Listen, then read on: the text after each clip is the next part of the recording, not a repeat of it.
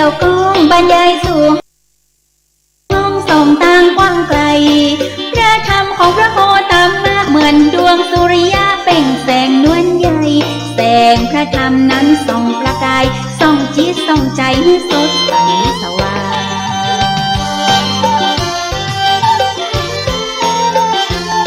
มาฟังธรรมะเหมือนได้อิ่มทิพย์เหมือนบันไดเลื่อนลิฟต์ขึ้นสวรรค์เอกอ้างน้ำทิพย์ประมนสดใสช่วยล้างคือใสสว่างไร้ทุกข์ไร้โศกดีงามพระอาจารย์แก่นมาสนทนาธรรมตนอุปธรรมนำพระธรรมเผยแผ่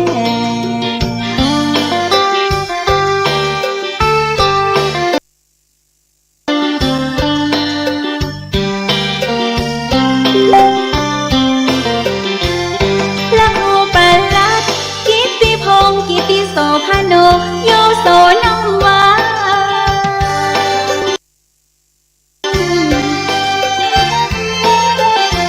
วัดสันพยองจังหวัดเชียงใหม่อำเภอสันทรายขอใบขอสา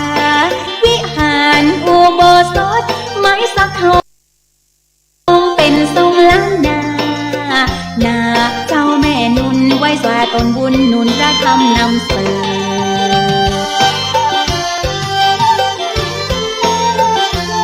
พระครูโอภาสวิหารกิจหรือว่าพระครูบุญเลิศเจ้าอาวาสพระผู้ประเสริฐพระครูสถิตธุรทนตนเก่ง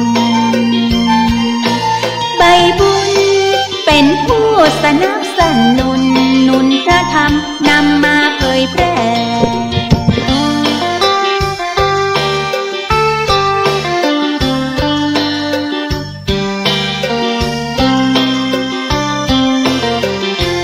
ลื่นวิทยุ96.0พระอาจารย์ตนบุญมาพบปะพี่น้อง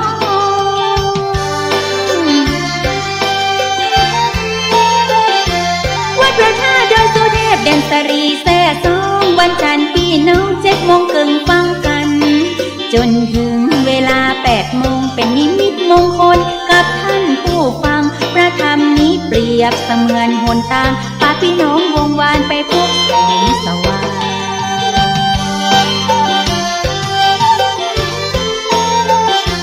คลื่นวิทยุ FM 104.50 ดังอันวันอังคาร9 โมงแหมนั้นถึง10 โมงเชิญฟังน้องตีมงคลเชิญฟังธรรมะเหมือนเปิ้นพระน้ำมนต์วันพักบ่ายโมงถึง2 โมง1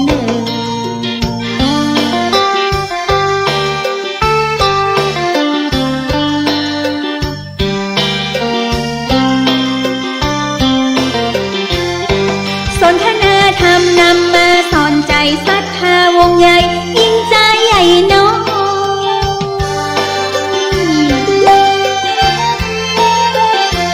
ธรรมะพระพุทธบริสุทธิ์เป่งป้อยเก็บเรียงร้อยชื่นจ้อยสุขสมคลื่น98.75เป็นคลื่นธรรมะชุมชนวันเสาร์วันติดมงคลเวลา4 โมงถึง5 โมง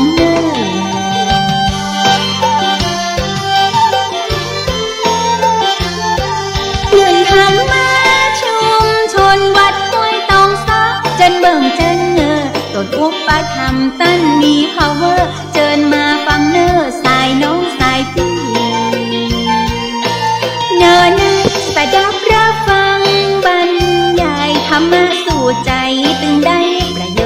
ชน์เจิญฟังสดับรับฟังบรรยายธรรมะสู่ใจจากพระอาจารย์แก่น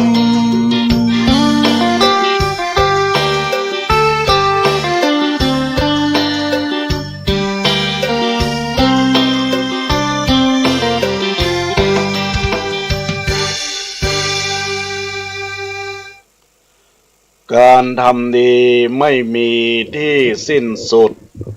พุทธบุตรตรัสรู้เป็นครูสอนสงบโลกหายทุกโศกอย่างแน่นอนทุกบทตอนถ้าทำดีมีแต่ชัย ชัยมากชัยน้อยชัยโยชัยยะชัยชนะเลิศล้ำงามศักดิ์ศรีธรรมะชนะชั่วตัวอัปปีฉะนั้นต้องทำดีมีกับตัวความชั่วถ้าเผลอทำกรรมสนองไม่สมปองทุกสิ่งที่มั่นหมายทำสองอย่างครองใจอยู่ล่ำไปให้เลือกได้ในธรรมทำกรรมดีอย่าพลาดพลั้งเผลอไผลในทางผิดคิดใหม่ๆได้เสมอพลั้งพลาดไปถือเป็นครูอย่าเผลอเลอผิดล้นแก้ยากลำบากใจทุกคนอาจลื่นเริงพลั้งเผลอคิดถ้าฉุกคิดให้ดีมิมีเสียเริ่มต้นใหม่ด้วยใจเคลียร์เรื่องเสื่อมเสียเลิกลดละกันนะเอ่ยแสงทองส่องธรรมแสงงามในยามเช้าแสงอาทิตย์เจ้าเช้ายังสดใสแสงทองส่องห้องหัวใจแสงอะไรไม่เท่าเจ้าแสงธรรมธรรมะสู่ใจในวันนี้ดวงชีวีย่อมมีทีสดใสธรรมะขจัดขัดเกลาใจอยู่ที่ไหนใจก็สุขหมดทุกเอ่ยณโอกาสกาลบัดนี้อาตมภาพพระครูประหลัดกิติพงศ์กิติโสพโนพระอาจารย์แก่นขอกราบไหว้สาปรมี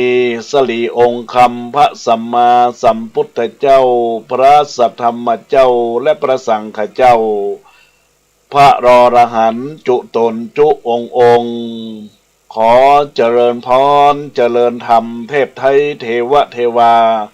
พระแม่นางธรณีเจ้าตี้พร้อมสหธรรมิกทายกทายิกาสัทธานาบุญตั้งหลายเต้าคนมนนายตั้งหลายใหญ่น้อยป่อน้อยป่อนานเด็กขาอ่อนน้อยที่มีใจชื่นจ้อยนิยมในธรรมธรรมะสู่ใจในวันนี้ดวงชีวีย่อมมีที่สดใสวันนี้อาตมาภาพได้เข้าสู่รายการธรรมะสู่ใจไข่จ้าพุทธวจนังคำสั่งสอนแห่งองค์สมเด็จพระสัมมาสัมพุทธเจ้าวันนี้จักไข่จ้าสารธรรมเจ้าเพื่อให้ได้คัดเกลาเป่งวะน้ำธรรมคำสอนองค์พระสัมมาสัมพุทธะให้ได้แจ่มแจ้งแสงธรรมเรื่องเก่าเรื่องใหม่บ่ได้คล้องคำขยายสารธรรมมดใสสว่างแจ้งมดใสสว่างแจ้งกราบนมัสการถวายความเคารพท่านอาจารย์พระครูอภิวัฒนวิกรมท่านพระอาจารย์บรรยงอภิวัฒโนซึ่งในโอกาสนี้อัตมภาพจักได้เข้าสู่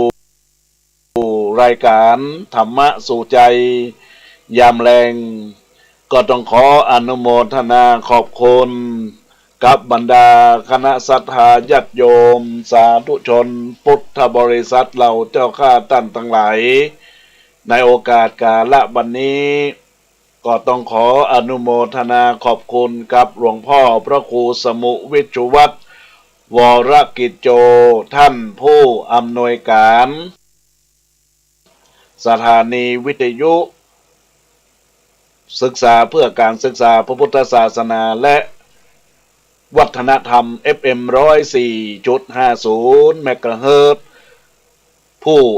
รักษาการแทนเจ้าวาดวัดหัวฝายวัดฝ่ายหินได้นำสัญญาณลิงก์ในโอกาสที่ได้ลิงก์สัญญาณไปถึงยังวัดสีปันเงินอำเภอสันปะตองบ้านต้งเรดิโออำเภอสันปะตองตลอดถึงลิงก์สัญญาณพระบาทอุดมอำเภอฝางจังหวัดเชียงใหม่มนเสียงธรรมแม่แจ่มอำเภอแม่แจ่มจังหวัดเชียงใหม่แล้วก็ยังได้ ทำการทำ YouTube ไลฟ์ Facebook ของคลื่นวิทยุทีวีวัดฝ่ายหินตัวยในโอกาสนี้ตลอดถึงบรรดาอุบาสกอุบาสิกาก็ได้รับฟังในคลื่นวิทยุตลอดถึงบรรดาญาติโยมก็ได้รับฟังใน Facebook ของอาตมาภาพเพจธรรมะสู่ใจเพื่อสันติภาพพร้อมด้วยบรรดาญาติโยมอุบาสกอุบาสิกาทายกทายิกาศรัทธานาบุญตั้นทั้งหลายได้ร่วมกันประพฤติปฏิบัติหลักแห่งการสร้างกุศลคนงามความดีที่จะได้ร่วมเป็นการประพฤติปฏิบัติรับฟังพระธรรมเทศนาในยามแรงนี้บรรดาญาติโยมก็คงจะได้รับฟังในส่วนของกาละธรรมพื้นเมืองธรรมวัดล้านนาซึ่งในส่วนของสัปดาห์ที่แล้วอาตมาภาพก็ได้เดินทางไปมหาวิทยาลัยมหาจุฬาลงกรณราชวิทยาลัยอำเภอวังน้อยจังหวัดพระนครศรีอยุธยาก็ได้มีการทดแทนเวลากันไปแล้วก็ในส่วนของสัปดาห์ที่แล้วก็ทดแทนชั่วโมงกันไปก็วันนี้ก็ถือว่าเป็นอังคารประจำวันที่14ธันวาคมพุทธศักราช2564ซึ่งวันนี้ก็มีทางเจ้าภาพแม่ยุพินสิงแก้วบ้านสันทรายคันที่วิวอำเภอสันทรายจังหวัดเชียงใหม่ได้มาเป็นเจ้าภาพเก่าเจ้าศรัทธาปูจาทำจัตตาปีเกิดปีมะเมียได้มาเตศนาธรรมเพื่อเป็นการฝึกหัดประพฤติปฏิบัติหลักแห่งการสร้างกุศลคุณงามความดีในส่วนของกาละที่เราท่านทั้งหลายได้ประพฤติได้ปฏิบัติหลักแห่งการสร้างกุศลคุณงามความดีเราท่านทั้งหลายดังนั้นแล้วศรัทธาญาติโยมอุบาสกอุบาสิกาทายกทายิกาศรัทธานาบุญทั้งหลายทุกท่านทุกคนที่ได้น้อมรับฟังรายการธรรมะสู่ใจยามแรงของอาตมาภาพและเป็นช่วงบริวกธรรมที่ทางโครงการของท่านอาจารย์พระครูอภิวัฒนวิกรมท่านพระอาจารย์บรรยงอภิวัฒโนซึ่งเป็นธรรมเป็นทีมซึ่งเราจะเห็นว่าสถานีวิทยุขึ้นสีขาวเพื่อชาวประชาก็เพื่อศรัทธาญาติโยมในสัปดาห์ที่แล้วก็เป็นสัปดาห์ที่บรรดาญาติโยมและท่านทั้งหลายได้ทำการมีบุญกุศลโดยเฉพาะหน้าที่บริเวณดอยนางแก้วก็มีการประพฤติปฏิบัติธรรมแล้วก็สืบฮีดสืบกำกึดสืบสารกำกึดเพื่อที่จะประชาชนเราท่านทั้งหลายจะได้เป็นที่สักการะบูชาในการที่ทางท่านอาจารย์พระครูอภิวัฒนวิกรมก็ได้เป็นหลักแห่งบุญกุศลหลักแห่งการรวบรวมศรัทธาสาธุชนมวลชนหลักแห่งการศรัทธาญาติโยมน้อมนำบุญกุศลอาตมาภาพก็มีโอกาสไปแสดงพระธรรมเทศนาในสัปดาห์ที่แล้วนี่ก็เป็นสัปดาห์วันพฤหัสเป็นวันที่ออกรายการเพื่อนก็เอารายการไปอาตมาภาพก็ไปเตะที่หันพอดีก็เลยว่าได้ฟังธรรมเรื่องสังขารธรรมคำสอนพบกับบรรดาพ่อแม่พี่น้องศรัทธาญาติโยมอุบาสกอุบาสิกาทายกทายิกาศรัทธานาบุญละตั้นทั้งหลายเนาะในโอกาสนี้ก็ต้องขออนุโมทนาขอบคุณที่บรรดาท่านเจ้าภาพเจ้ากันในวันนั้นตลอดถึงบรรดาศรัทธาญาติโยมที่ได้มาร่วมบุญร่วมกุศลทุกท่านทุกคนตลอดถึงบรรดาญาติโยมท่านทั้งหลายก็ได้รับการจองเหรียญพระเจ้าสองพระเจ้าสีสองเมืองพระเจ้าสีสองเมืองก็เป็นการลาที่เฮาท่านทั้งหลายจะได้พูดจากันเนาะอันนี้ก็ถือว่าเป็นบุญเป็นกุศลกับบรรดาคณะศรัทธาญาติโยมอุบาสกอุบาสิกาทายกทายิกาศรัทธานาบุญละท่านทั้งหลายทุกท่านทุกคนในโอกาสกาลวันนี้ วันนี้อาตมาภาพก็คงจะได้เฉลิมฉลองศรัทธาที่ได้มาเป็นเจ้าภาพเก้าเจ้าศรัทธาในโอกาสเป็นบุญกุศลเนื่องในการทำบุญคล้ายวันเกิดของแม่ยุพินสิงแก้วตัวเองทำจตาพวกนี้เป็นทำจตาปีเกิดราศีเกิดได้น้อมจตุปัจจัยถวายเป็นตาลจตุปัจจัย500 บาทในการฟังธรรมวันนี้ก็ลิงสัญญาณไปให้เปิ้นก็ฟังอยู่ทางบ้านก็คงจะเตรียมยังนำกวดให้เรียบร้อยรับฟังตั้งอกตั้งใจว่าทำเนื้อทำชื่อว่าทำสุทนจตาผู้เกิดปีสังหาปีมะเมียเนี่ยมีใจความว่าจะได้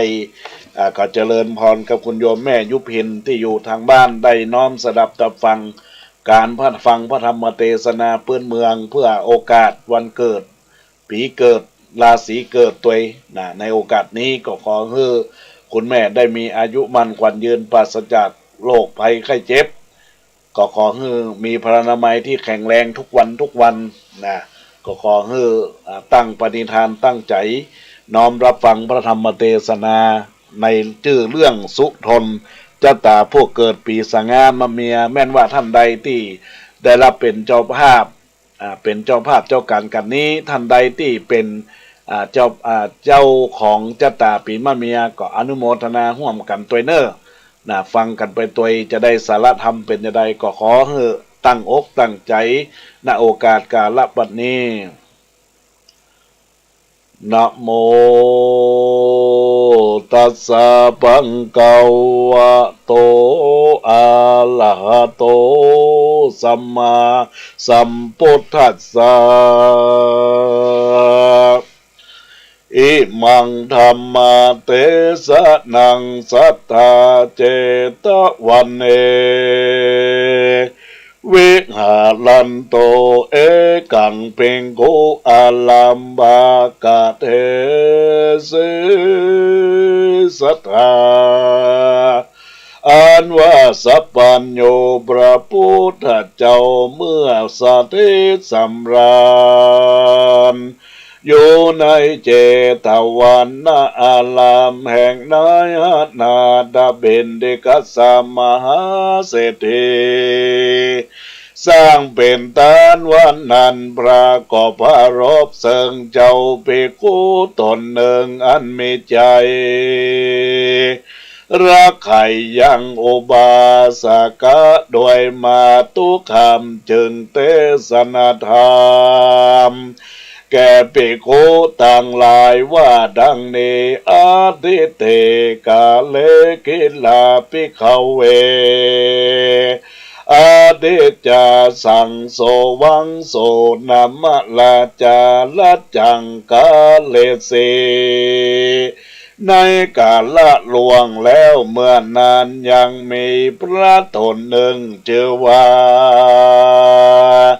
อาเดจาวงอยู่เสวยเมืองอุตบัญจนก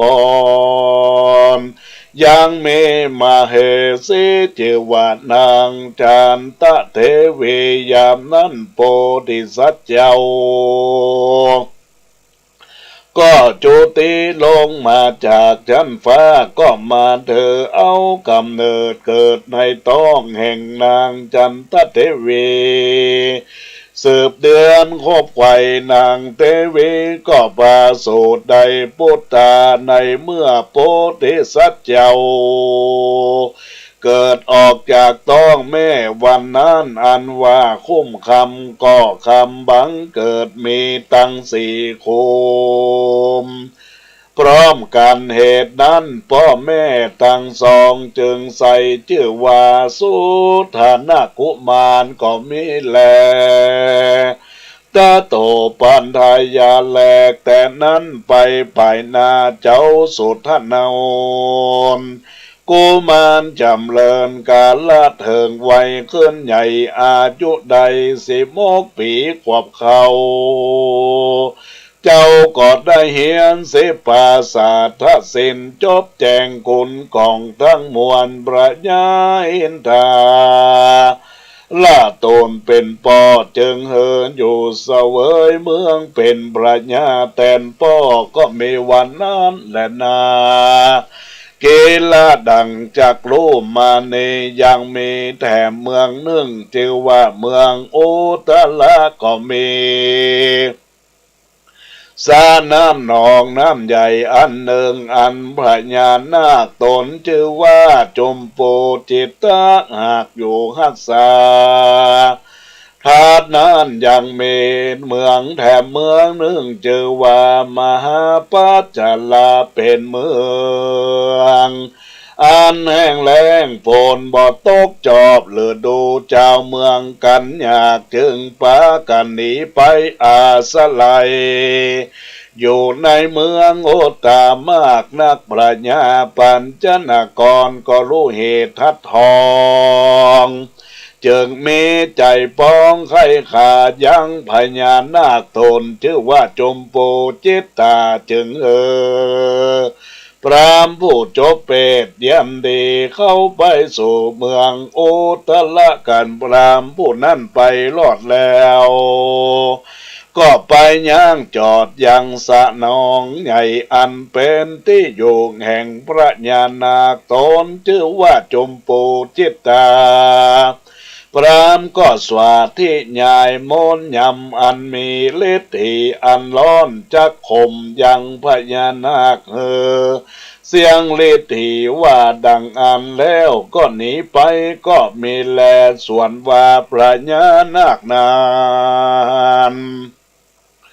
ก็ออกมาจากสะนองหลวงมาเนตละเมิดเป็นคนแล้วก็นั่งอยู่เฝ้าสะหลวงที่นั้นก็มีแล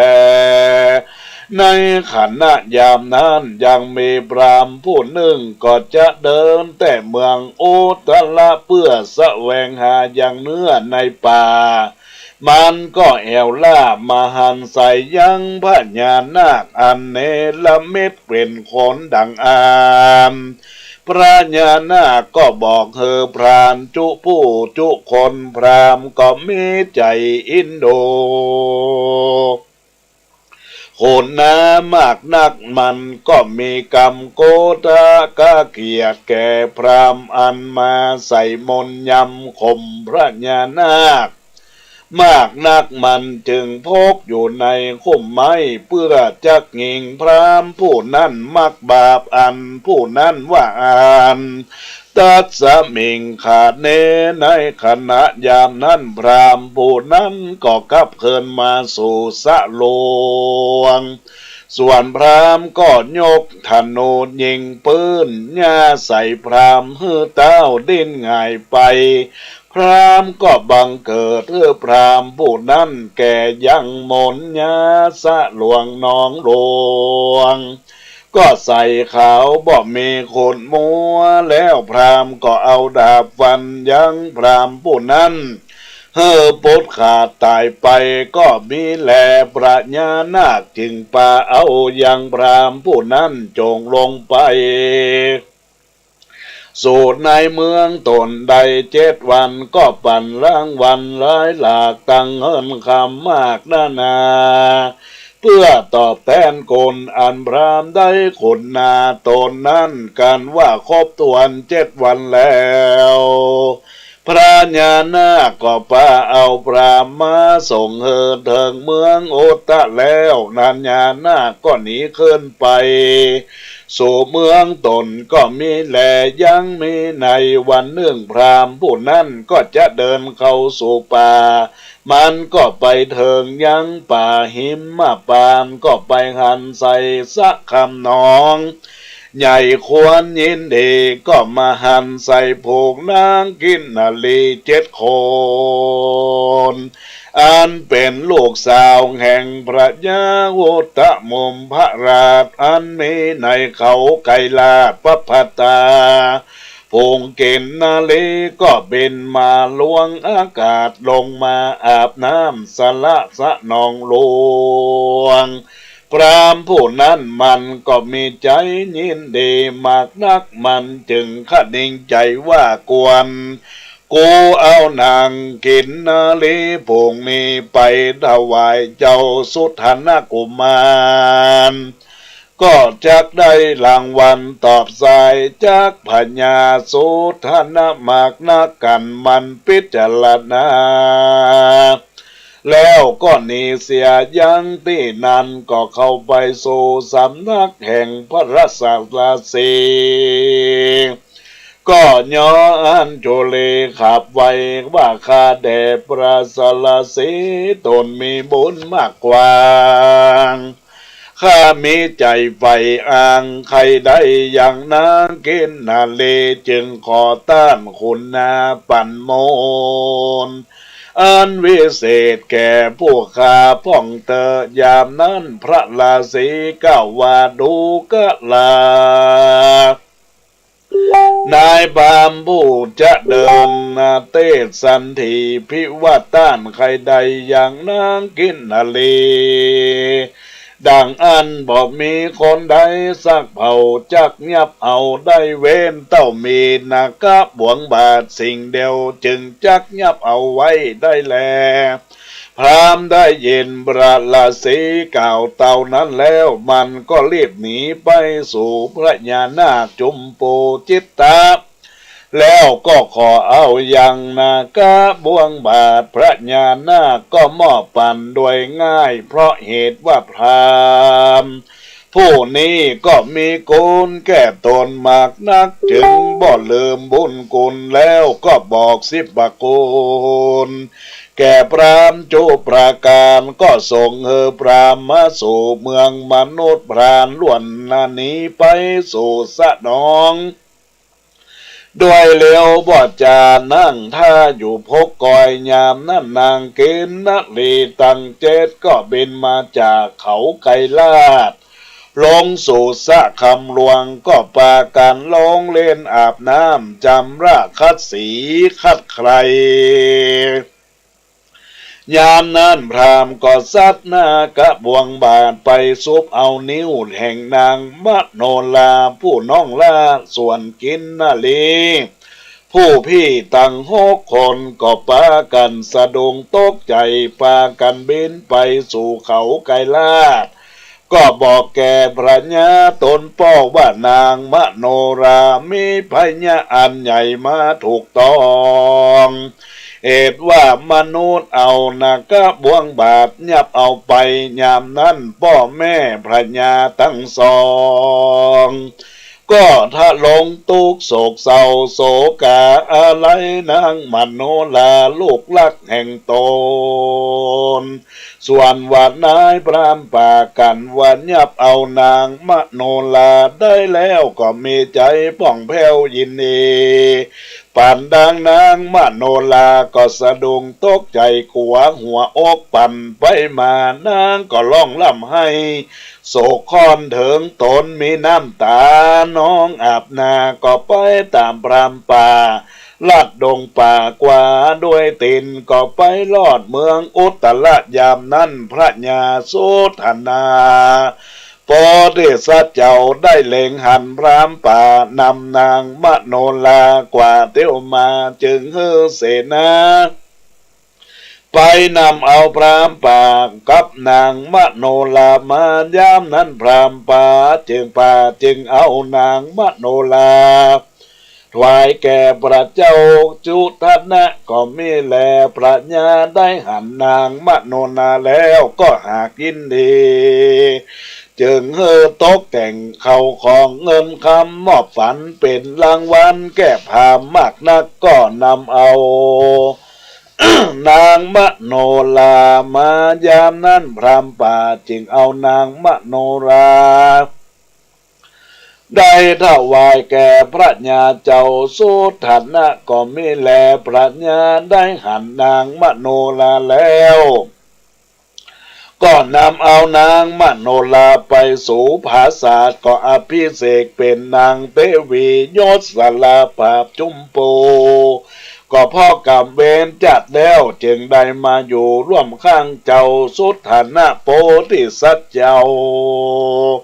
ก็ได้เข้าสุธนูกุมารก็ได้นางมโนลาเป็นเทวีแล้วเรายังมีผามเท่ายุปุโรหิตมันก็ปองเวรกับด้วยปุติสัตว์เจ้าในกาลยามนั้นมีข้าศึกศัตรูมากวนขีเมืองพญาอาทิตย์จาราตนป้อก็จักห่างทับออกสู่สงครามพรามมโนโปโลหิตจึงไว้กล่าวห้ามว่าขอเฮือปรัญญาเจ้าจงอยู่สันดีเหตุปรัชญาเถิงไว้ญะอันแก่เท่ากวนเฮือเจ้าสุธนกุมารออกไปผาบศัตรูเตอะว่าอันก็เฮือเจ้าสุธนะยกเอารีบปนออกจากเวียงไปลัตติญาในละวายทีก็คืนนึ่งพญาเจ้าอาทิตย์เจ้าวังสาก็รับฝันหันนิมิตอันหลากอันฝนหันไฟไหม้ภาษาเวียงใจแล้วก็อันนั้นก็เข้าสู่ต้องตนก็มีแลพระญาอินทลาวะวังสาจึงเฮอพรามปุโรหิตมานำนานตวายดูแลพรามปุโรหิตจึงแต่งกุมารไว้พระเจ้าปัญญาว่าข้าแด่ยศงานใหญ่อันได้บัดนี้เคาะจักเกิดมีแก่พระมหาราชเจ้ากวนเดมหาราชเจ้าส่งข้ออันนั้นแล้วปูดจาไฟเฮือเอาสัตว์และคนมาปูดจามีนางมโนลาเป็นต้นจึงจักปนอาจจากข้ออันนานักงานใหญ่อันนี้พระเจ้าก็จักอยู่สำล้านไปไปนาและแหลนาอะใบอันพรามปุโรหิตใครกำจัดเจ้าสุธนกุมารก็เมสันนี้ยามนั้นนางมโนลารู้เหตุอันตนจักได้เข้าสู่ปูจาไฟนางก็มีใจแกนกั้งน้ำตาก็มาถังเนี่ยปังก็ร้องให้เข้าไปสู่มาตาเกิดหาเจ้าสุธนะตนเป็นหัวนางก็ร้องลำให้ไปมาส่วนนางจันตาผู้เป็นแม่ก็ปริเวทนาโศกเศร้าเห่อเข้าปดับปดายังนางมโนลาเขาก็ตกแต่งดาใส่แล้วยังปีกหางแก้วบัวระมวลนางมโนลาก็ร้องให้สั่งเจียนจาแล้วก็ลีลาแอนฟ้อนนบขับไว้อธิษฐานแล้วก็ลวดบินหนีขึ้นไปบนอากาศไหวนาไปสู่หิมพานต์ก็ลงไปสู่สำนักแห่งพระราศีแล้วก็มอบแหวนตำลงวงงามกับผ้าสบายติบเทศฝากไว้กับราศีกันว่าเจ้าสุธนกุมารมารอดขอเจ้าจงเอาตอดปันแก่เจ้าสุธนะแล้วจงบอกขีดญาจุภาการอันตนนี้มานี่แหละนาการนางมโนลาสั่งแล้วก็ลวดบินไปสู่ยังที่อยู่แห่งตนก็มีแลอาทาโปติสัตโตปัจจากตากะมังอุปสมเมติในเมื่อโพธิสัตว์ได้ผ่าแป้ข้าศึกศัตรูแล้วเจ้าเขาก็มาสู่เมืองก็ขึ้นไปสู่ภาษาแห่งตนก็หันนางมโนลาเทวีเจ้าจึงเข้าไปถามจันตาเทวีตนเป็นแม่เจ้าก็รู้แจ้งทีอันนางมโนลานี้ไปเจ้าก็อะไรรักนางบ่แล้วจึงถือเอาดาบแก้วเตียงกันใจตั้งธนูใสเล่มกาก็เข้าสู่ป่าดงนากับพรามป่าบ่จ้าก็บ่เอากันไปลอดสำนักแห่งพระฤาษีก็หูตามนัยยะอันนางมโนลาหากสั่งไว้จุประการเจ้าสุธนกุมาร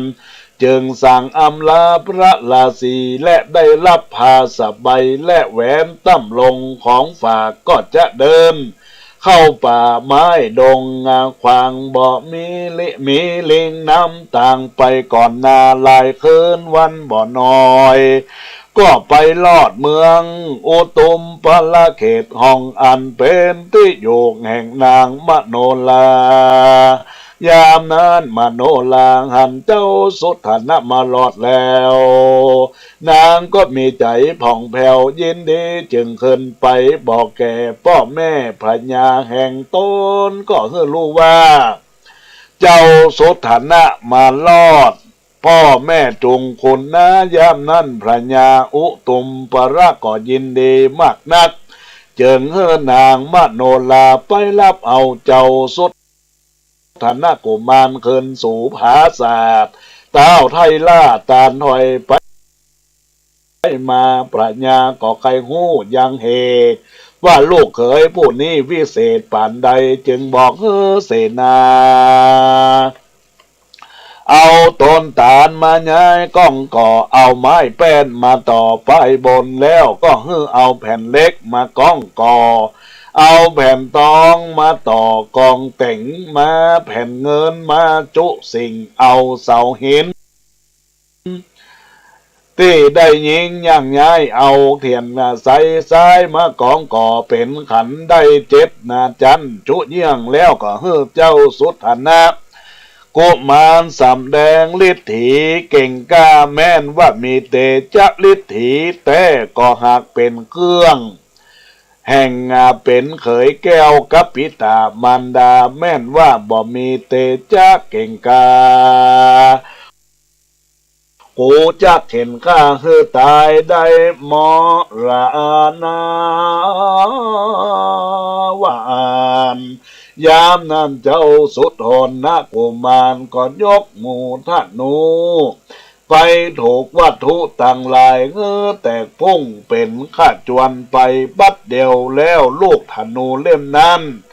ก็พดไปถึงมานาสมุทรสากรกงกาพับไปถึงขอบฟ้าจักรวาลแล้วก็บันดาลกลับขึ้นมาสู่อันเป็นที่เจ้าสัพเพสัตตาแล้วก็มาเป็นยามเจ้าตั้งหลายแล้วก็มาแวดไหว้ลายโลงเป็นไปหลายเยี่ยงหลายประการเท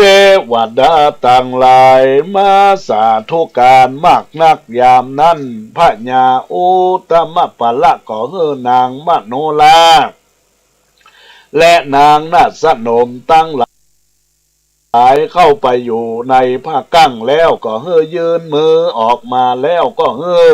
เจ้าสุธนะกุมารเข้าไปจับเอาว่าแขนผู้ใดจักแม่นนางมโนลาอัญจาตุธนะกุมารก็หันมือมากปวงล่วงลายพอมืออันใดก็ยื่นขาวจุผู้จักกูรู้ว่ามือได้เป็นเมียนางมือนางมโนลานั่นจะยามนั้นพระญาอินตาลูกโพนเหตุว่ามาเนละมิดเป็ดเป็นแมงวันดำมาจับยังแขนนางมโนลาเพื่อสัญญาแจ้งจอดเจ้าสุธนะกุมารได้รู้ว่ายามนั้นเจ้าสุธนะกุมารก็กำเอามือนางมโนลาแล้วก็กล่าวว่านางผู้นี้และหากเป็นเมียแห่งเรายามนั้นเขาก็เปิดผ้ากั้งไขดูก็รู้ว่าเป็นนางมโนลาแต่หลีพญาอุตปละซึ่งจึงอภิเษกเจ้าสุธนะกุมารกับนางมโนลาก็อยู่เสวยเมืองก็มิแลตาโตปะลังปลายหน้าแต่นั้นเราเจ้าสุธนะกุมารก็เกิดเติงหาปิบิดามารดาพ่อแม่ อันอยู่เสวยเมืองเก่าแห่งตนจึงอำลาพ่อแม่ตั้งสองกับเขินไปสู่เมืองตนกอดนำเอานางมโนลาเมียมิ่งแห่งตนไปอยู่เสวยเป็นพระญาเมืองอุตรดังเก่าเต้าก็ตั้งอยู่ในราชธรรม10ประการปั้มเปงเฮตานหักษาศีลบอกขาดเจ้าเมืองราชปุรีเขาก็อยู่สุขมากย้อนบุญเจ้าสุธนะหากรักษากันดับขันธาเจ้าก็เอาตนไปเกิดบนฟ้าห้องฟ้าเลิศกาวติงสาสวรรค์เตวโลกก็มีวันนั้นแดนนาสัทธาอิมัง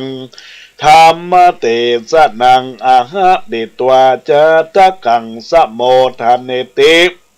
พระพุทธเจ้าก็นำเอายังธรรมเทศนาอันนี้แล้วก็จมนมมายังจาตกะ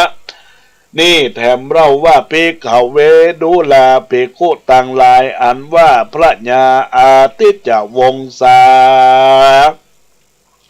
วันนั้นคือหากบันไดพระสลีสุโธธนะนางจันตเทวีก็เฮือมาได้นางสีมหามายาเทวีกาลบัดนี้แลปรัญญาอุตุมประวันนานเกิดหากบันไดมหาสารีบุตรเห็นละเจ้าพระละสีอานานอยู่ในป่าวันนั้นหากบันไดมหากัสสปะเถระเจ้าพระเนื้อวันนั้นหากบันไดนางมหาอานันตละเถนเจ้าพระญาอินตาคือหากบันไดพระอนุเถระในกาลบัดนี้แลพระปุโรหิตาอันช่างโซนนาช่างสอวันนั้นคือหากมาได้เตวตเถระในบัดนี้แลนางมโนลาอันเป็นเมียแห่งเจ้าสุธนะกุมารวันนั้นคือหากบันไดนางสยโสธลาปิมปางามแง่อันเป็นแม่เจ้าราหุลในกาลบัดนี้แลสาปริสาส่วนอันว่าคนต่างหลายอันเนื้อเหลือกว่านั้นคือหากมาได้บริษัทตั้งสี่มีภิกขุณีอุปาสกะอุปาสิกาแห่งตนอันกูปัตถาคตะในกาลบัดนี้แลเจ้าสุธนะกุมารวันนานเกิดหากมาได้ตนกูปัตถาคตะตนเป็นที่จังที่เพื่องแก่โลกทั้งสามในกาลบัดนี้แลโยจะปีปุกขละผู้เกิดปีสังาหากได้เกิดห่วมชาติเจ้าสุทนเวียนวนในวัฏสงสารหลายชาติปลายล้นมาได้เอาจิตตนไปอาสะไหลอยู่ในเก้าไม้แค่มีหมาอยู่เฝ้าหักษาได้เจียนจากกลับมาว่าจักอยู่กับเจ้าจิ๋มบ่อใดเหี่ยวเปียทิบังเกิดแก่ตนจึงขออำลาไปเกิดในต้องแห่งโคนก่อนเตอะแล้วจึงเอาตนมาปฏิสนที่กำเนิดเกิดในต้องแม่แห่งตนได้เกิดมาเป็นคนนี่แหละได้จุพระธาตุเจ้าทะกงหงสายอดตาลแห่งตนเกิดสร้างธรรมสุทธาโนสุทนเป็นยอดตาล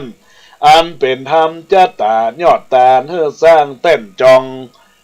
เป็นตาลเฮือหากสำเร็จทีจูนเยื่องจุปการตุเมพระขวันตาอันว่าสูตรต้านตั้งลายแล้วยังนายังจะตะกะอันนี้จุงประทะลงจำชื่อไว้ในมโนตะวันจงป้ากันข้าตำบนเมตตาภาวนาไปใจแม่นดังเลยก็จักได้โปรดพระศาสนาสีอริยเมตไตรตนจักมาดลัดปัญญาเป็นพระปายนามบอดยาจะแลสุธนะจัตตากังนิทิตังกิญญาอันกล่าวเทศนาธรรม อ่านชื่อว่าธรรมสุทนก็บังคมสมเลสเดชก็ขออนุโมทนาขอบคุณกับบรรดาคณะสัตยาญาติโยมสาธุชนพุทธบริษัทต่างหลายทุกท่านทุกคนในวาระโอกาสในวันนี้ที่อาตมาภาพได้แสดงธรรมอันมีเจ้าภาพเก้าเจ้าศรัทธาได้ร่วมกันรับฟังในวันนี้ก็จะได้อนุโมทนาขอบคุณกับแม่ยุพินสิงแก้วจากได้ทำตามทำจตาปีเกิดปีมะเมียเฮอบรรดาญาติโยม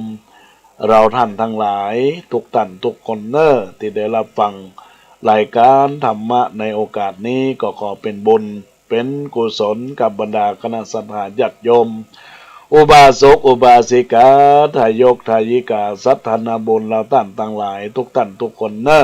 ที่ได้น้อมรับฟังตอนนี้จะอนุโมทนาปั่นปอนปั่นโจกปั่นใจให้บรรดาสัทยาญาติโยมสาธุชนพุทธบริษัทท่านทั้งหลายในโอกาสนี้โดยทั่วกันเนอยะถาวาลิวหาปุลาปาลิปุเรนติสาคลังเอวะเมวะอิโตทินังเปตนังอุปกัปปติอิจิตังบริตังตุมหังคิปะเมวะจเมจันโตสัพเพบุเรนโตสังฆปาจันโตปนะละโสยตามณีโชติละโสยตาอิมินาบุพะบุปาลาจะตานังจตุปัจจัยไตยวตุตนะปัจจังตานังโอเดสะตานังนิปานาปัจจโยโหนตุโนดีจังดีและอาจจะในวันนี้ก็หาเป็นวันดีสลีสุขมังคละอันบาเสริฐล้ำเลิศจริงกับวันและยามตั้งหลายบัดนี้หมายมีปฐมมูลศรัทธาแม่สิงแก้วแม่ยุพินสิงแก้วก็มาเป็นต้นเป็นประธานพร้อมด้วยบรรดาญาติพี่น้องทุกผู้ทุกคนและญาติกาตั้งหลายตั้งวันตกวันออกขอกใต้หัวเนื้อก็ได้ป้ากันมาสลงคงควายตกแต่งแปมร่ำน้ำมายังบรรทุกโบบาโบบาลาจาดงดอกเข้าตอกดอกไม้และนำเทียนปัจจัยไทยวัตถุตามตั้งหลายมาไว้หนึ่งในการทำบุญก็ทำกุศลในเทกาการละวันนี้ยามนี้จักอุดิตบุญกุศลทำจัตตาปีเกิดปีมะเมียปีสังาทำปีแม่สุทนจักดานไปหาพ่อเกิดแม่เกิดเจ้ากรรมในเวรเทวบุตรเทวดาจงมารับปะปตานุโมทนามีอายุวันนะสุขะปละอานาสารสมบัติคุณาสารสมบัติตัวเมืองแลอายุวัฏโกธนาวัฏโกสิริวัฏโกยาสวัฏโกภลวัฏโกปันวัฏโกดุสัพปตาตุกะโลกาปยาเวลาโสกาจันจุจุปัตถวาอเนกาอันตรายาปิวินาสันตุจเตสสาจยสิทธิทานังลาปังโสติปักยังสุขังพลังสิริอายุจวันโนจะโภคังบุริจยาสวาสตวาสาจะอายุจะสิวสิทธิปวันตุเตสปีติโยวิวัจจันตุสัพพะโลกวินาสันตุมาเตภวะตวันตะลัญโยสุเกติกายโยโกภวะอภิวาตนาเสลสะนิจังวุฒาปัจจายโนจตาโลธรรมาวัฏันติอายุวันโนสุขังพลังพัฒหานตานังจตุปัจจัยตานังวุติสะทานังนิปานังปะละมังสุขังขออนุโมทนาขอบคุณกับแม่ยุพินสิงแก้วได้มาถวายทานธรรมจัตตาปีเกิดปีมะเมียในโอกาสนี้ขอให้แม่พ้นจากโรคภัยไข้เจ็บพ้นจากสิ่งต่างหลายที่เป็นปัญหาอุปสรรคในชีวิตทุกอย่างทุกประการก็ขอได้พลันสำเร็จจงทุกประการและบรรดาญาติโยมที่รับฟังธรรมะในโอกาสนี้ตัวโดยทั่วกันเนอในบรรดาญาติโยมอุบาสกอุบาสิกาทายกทายิกาสัทธานาบุญต่างหลายที่ได้น้อมรับฟังจบลงไปเป็นธรรมวัดพื้นเมืองล้านนาชื่อว่าธรรมสุทนจัตตาปีเกิดปีสง่าปีมะเมียได้จบลงไปเป็นที่เดียวร้อยใจความธรรมนั้นก็ขอให้บรรดาญาติโยมได้รับฟังแล้วก็ขอให้เป็นบุญเป็นกุศลสืบชะตาราศีประจำปีเกิดของท่านท่านได้มีความสุขกายมีความสบายใจธรรมะข้อนี้ที่เกี่ยวข้องกับการเรื่องราวของธรรมสุทนก็เป็นเรื่องราวที่เราท่านทั้งหลายก็ยังทราบอยู่ดีว่าเป็นกาละที่ว่าคนที่เกิดมาจะต้องสร้างจอง สร้างบ้านสร้างจองถวายเป็นตานสร้างบุญกุศลบารมีเมตตารักษาศีลเป็นตานอันนี้ก็เป็นบุญเป็นกุศลเนอะญาติโยมเราตามทั้งหลายดังนั้นแล้วก็ขออนุโมทนาขอบคุณกับคุณาศรัทธาญาติโยมสาธุชนทุกท่านทุกคนเนอะที่รับฟังอยู่ในขณะนี้เพื่อเป็นสารธรรมนำมาคิดก็ว่าคนเราเกิดมามีกรรมคอยตามติดทุกชีวิตมีกรรมตามสนองมีโลภโกรธหลงเป็นคันลองให้ไตร่ตรองพฤติกรรมคอยทำไปทำดีจักได้ดีเกิดดีย่อมมีสุขทำชั่วความทุกข์ลุกเข้าหาทำดีๆก็เกิดเป็นบุญญาบุญนำพาประเสริฐสุขพ้นทุกข์นี่ก็ขอฝากกับบรรดาศรัทธาญาติโยมเนอะโดยทั่วกันแล้วก็ขอเป็นบุญเป็นกุศลติดเนื้อติดตามติดตัวติดตนอย่างท่านทั้งหลายก็ขอให้เป็นบุญเป็นกุศลในโอกาสนี้เนอะญาติโยมต่างทั้งหลายตอนนี้ก็เป็นเวลาห่วงสุดท้ายของรายการเหลือเวลาแถมนิดนึงก็จะได้ทักทายกับบรรดาศรัทธาญาติโยมเจริญพรกับคุณโยมลักษมีศรีสวัสดิ์ในกล่องข้อความในเฟซไลฟ์เจริญพรกับคุณโยมธนวันพูดงามเจริญพรกับคุณป้อนานบินหลาอินหลาบุญธรรมลักษณ์ป้อนานกาแฟดำเจริญพรกับคุณโยมพินชลิยานิติประสาทเจริญพรกับคุณโยมการดาศรีเนตรเจริญพรกับคุณโยมแม่เจมจรัสจันกระจ่างกว่าใน Facebook กวยมั่มกับเขานึ่งไวสาธรรมะยำแรงเจริญพรกับป้าประพันธ์บุญคำในโอกาสนี้ก็ขออนุโมทนาคุณกับคุณโยมสิริพันธ์สิงห์ทรจากตลาดกระก้อมขายแคบหมูยังกวงเนอ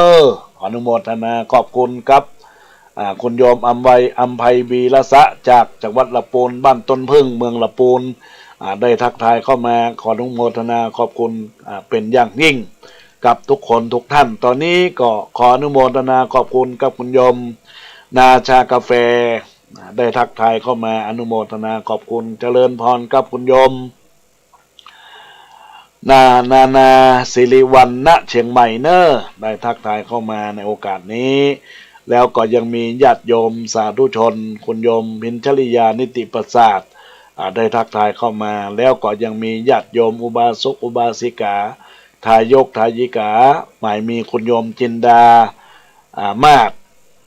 ได้ทักทายเข้ามาในกล่องข้อความเมสเซนเจอร์ในโอกาสนี้แล้วก็ในโอกาสนี้ก็ขอเจริญพรสายกับบรรดาศรัทธาญาติโยมสาธุชนที่เบอร์โทรศัพท์0962629694 ญาติโยมก็ทักทายเข้ามาได้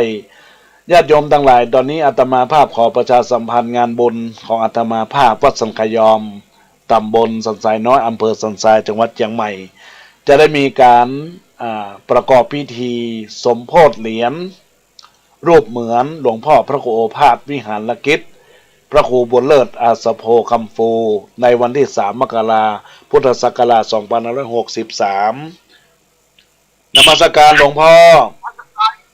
มาตรการครับครับดีก่อนจะดีเนาะดีเนาะก่อนดีครับผมครับก่อนอนุโมทนานะมาตรการครับสาธุคุณพ่อหลวงพ่อสาธุเจริญพรแม่พลอยอำเภอแม่อายเจ้าแกสาธุเจ้าจะสาธุรับฟังอยู่นอเจ้ารับฟังอยู่แก่ดับฟังแท้เจ้าฟังชัดดีนออนุโมทนาขอบคุณหนาวก็เจ้าหนาวมาเจ้าเมื่อวันก็ฮ้อนแม่นางไม่หายเพี้ยนหนาววัน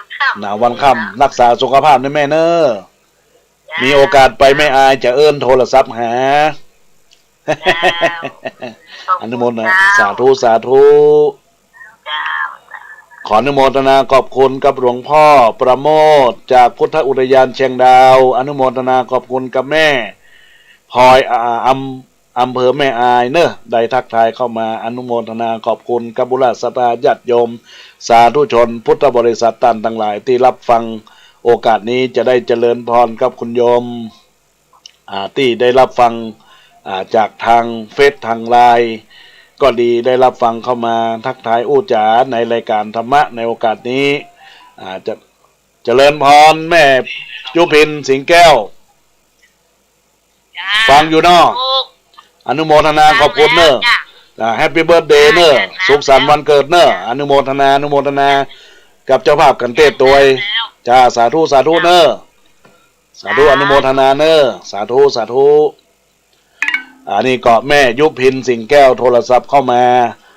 ทักทายเข้ามาในรายการอนุโมทนาขอบคุณเนอะตอนนี้ยังมีโอกาสทักทายเข้ามาที่เบอร์โทรศัพท์0962629694เนอะญาติโยมทั้งหลายอาตมาภาพก็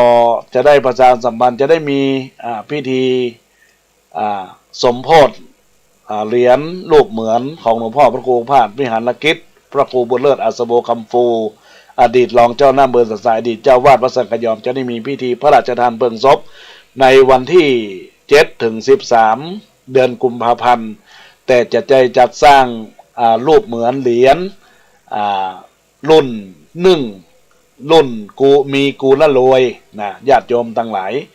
มีกูละรวยทักทายเข้ามาเนอะใครจะจับจองก็เบอร์โทรศัพท์0962629694ซึ่งก็เหรียญละ99 บาทเหรียญละ99 บาทเด้อญาติโยมทั้งหลายท่านใดใครอยากจะจองเหรียญอาตมาภาพก็สามารถที่ทักทายเข้ามาในรายการได้หรือว่าหลังรายการเนอะท่านใดจะทักทายเข้ามาเป็นบุญเป็นกุศลกับการสร้างบารมีธรรมนำเอาเหรียญไว้เป็นที่สักการะบูชาแล้วก็จะได้นำเงินสมทบทุนในการหล่อรูปปั้นรูปเหมือนองค์จริงหลวงพ่อพระครูพาสวิหารกิจที่จะได้ประกอบพิธีพระราชทานเพลิงศพจะได้สมโภชในวันที่3 มกราคมพุทธศักราช2565โดยมีพระเถราจารย์อันประกอบไปด้วยครูบาเมืองอินวัดศรีเมืองยูเมืองละปูนครูบาอินทรพระครูปัญญาธรรมวัฒน์อำเภอเมืองจังหวัดละปูนสันปยางหลวงแล้วก็ยังมีท่านพระอาจารย์ไกรราชรัตนวรรณโนวัดหนองอุโบสถดอนตองหลวงพ่อพระครูบาดวงจันทร์ธรรมละโตเขมละโตจากสันกับตองอำเภอสันปะตองนี่เป็นเทราจารย์ที่ได้ภาวนาจารย์เนอภาวนาปลุกเสกแล้วก็จะมีผู้ที่ได้จำเริญพระพุทธมนต์สมโภชหมายมียังหลวงพ่อ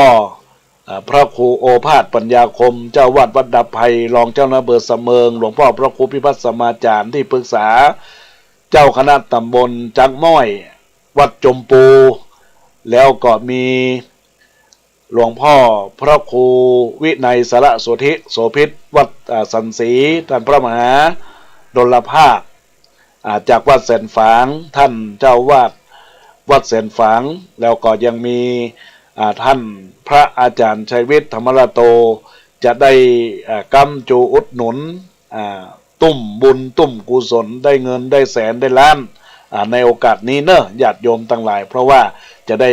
เหรียญนี้เมื่อสวดยัดแล้วก็วัดนามงคลวัดดับภัยก็ดับพิษดับภัยดวงจะได้ฟูขึ้นมาแล้วจะได้มีเงินแสนเงินล้านประกอบไปด้วยได้มีศักดิ์มีสีมีใจยะมีบารมีเนอะก็ขออนุโมทนาขอบคุณกรรมราชญาติโยมท่านใดที่สนใจอยากจะให้จองก็สามารถที่จะจองได้ที่เบอร์โทรศัพท์อาตมาภาพ0962629694เพื่อสมทบทุนในการหล่อรูปปั้นรูปเหมือนตัวจริงของหลวงพ่อพระครูโอภาสวิหารกิจในโอกาสต่อไปจตุปัจจัยนี้ก็จะได้นำไปศรัทธาบูชา99 บาทเพียงเท่านั้นญาติโยมก็สามารถนำไปเป็นแนวทางวิธีการประพฤติปฏิบัติหลักแห่งการบูชาเพื่อเกิดความสิริมงคลกับตนตัวตอนนี้ก็ยังมีโอกาสเนื่อญาติโยมทั้งหลายอาตมาภาพก็คงจะได้อำลารายการกับบรรดาคณะสัตยาติโยมก็ขออำนาจแห่งคุณพระศรีรัตนตรัยอันมีคุณพระพุทธอันมีคุณพระธรรมพระสงฆ์จงช่วยปกปักคุ้มครองรักษา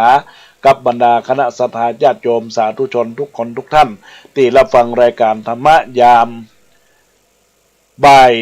3 โมงยามแรงในโอกาสนี้ได้รับฟังไปแล้วก็ขอมีความสุขความเจริญในหน้าที่การงานทุกท่านทุกคนมีอายุวันนะสุขภาระธนสารสมบัติทุกท่านทุกคนด้วยเดินขอเจริญพร